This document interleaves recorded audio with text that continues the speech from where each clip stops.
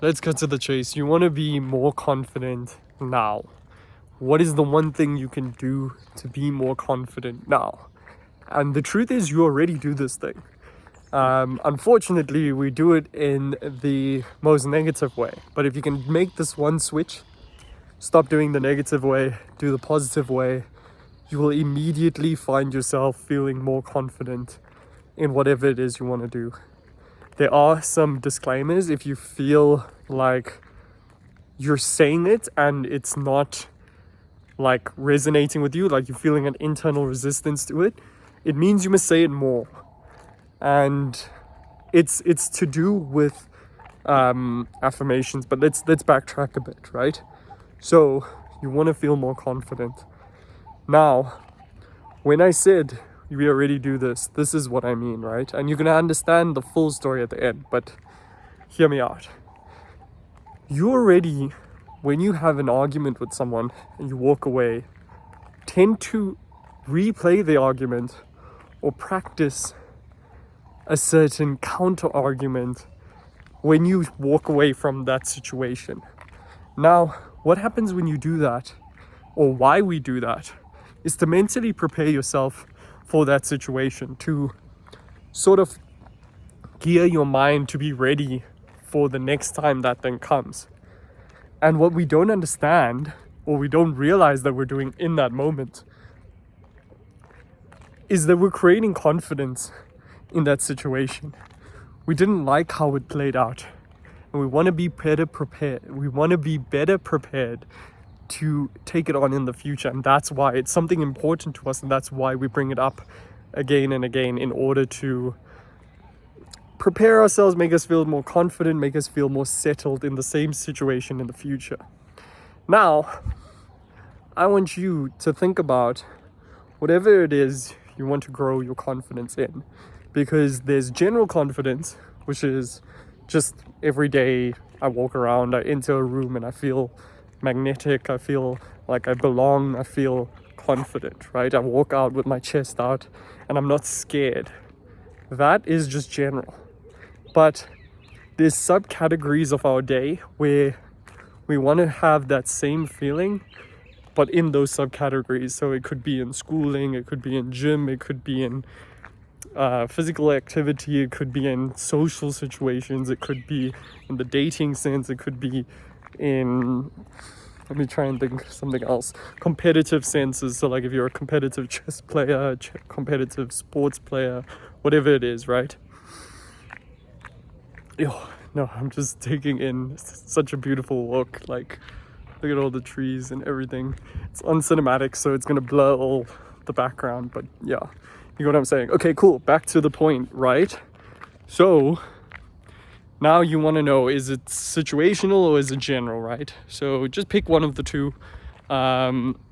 Let's say, for example, I'm going to use a situational. I'm going to say I'm a chess player and I want to walk around and I want to be the most confident chess player, because when it comes to sport, when it comes to anything competitive, confidence often is a barrier to how far you can extend yourself.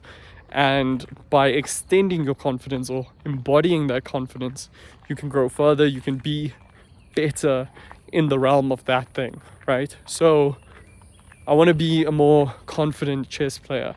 I want you to walk around. So we're going to do a visualization, but essentially the desired outcome is that you walk into the room feeling like you're more confident. And how you want that to be beneficial to you is that you want it to allow you to elicit the behaviors of confidence. So in the chess circumstance of, I guess, being more confident is that you stretch yourself, you pick up more and more hard tactics. You basically stretch yourself, you want to push yourself to do something more. So for example, if you were already the player that was beating all 7 people, you would be pushing to beat 2 of them at the same time. If you are the player that is somewhat mid-ranked, you want to be the person that is walking into the room, challenging the number 1 and winning, right? Confidently winning. and slowly stretching yourself. So what I want you to do is visualize, right? So you can do this eyes closed. Just find an hour of your day. Actually, you don't even need an hour of your day. You need like 15 minutes. Sit down, close your eyes, and visualize. The time doesn't matter. What matters is how long you embody the state. It can be 5 seconds, it can be 15 seconds, but each 50 seconds is like a repetition of you playing out the scene. So I want you to create a scene for yourself where you, as, okay, for example, I'm the chess player, but whatever your specific thing is, you are doing the thing and you're stretching yourself. So I'm going to say I'm a mid-range chess player who wants to be more and more confident. So I play out the scene in my head as detailed as I can. If I know who's the number one in my class, I'm visualizing myself beating them, and not any specifics around what move or how I'm gonna do it, but I'm just gonna, that feel good feeling of having beat that guy, I want to play out the scene that gives me that, and I want to repeat that as many times as possible. So in my scene, what does it look like? It's I'm sitting in the classroom. I know the same chairs that we have. I know the same table, the same pieces. Across from me is the guy. He's hunched over. He's got his hands on his head. He's thinking of any possible outcome. And I know I've just made a move and I've won. I'm in the process of making that move. And by making the move, I win the game. It's checkmate, whatever it is. I know that I'm making the move and I'm winning the game. So that's what you do. That's the whole scene. You imagine you've made the move, you see the guy hunched over in defeat, you've won, and you let your body feel that win. You let yourself feel that entire victory. Now, I know that it's just a feeling, but you want to repeat this thing again and again and again. Because the truth is, for that moment where you feel good about beating that guy, you've mentally experienced the outcome. It's completely raining now. You can see I'm getting soaked.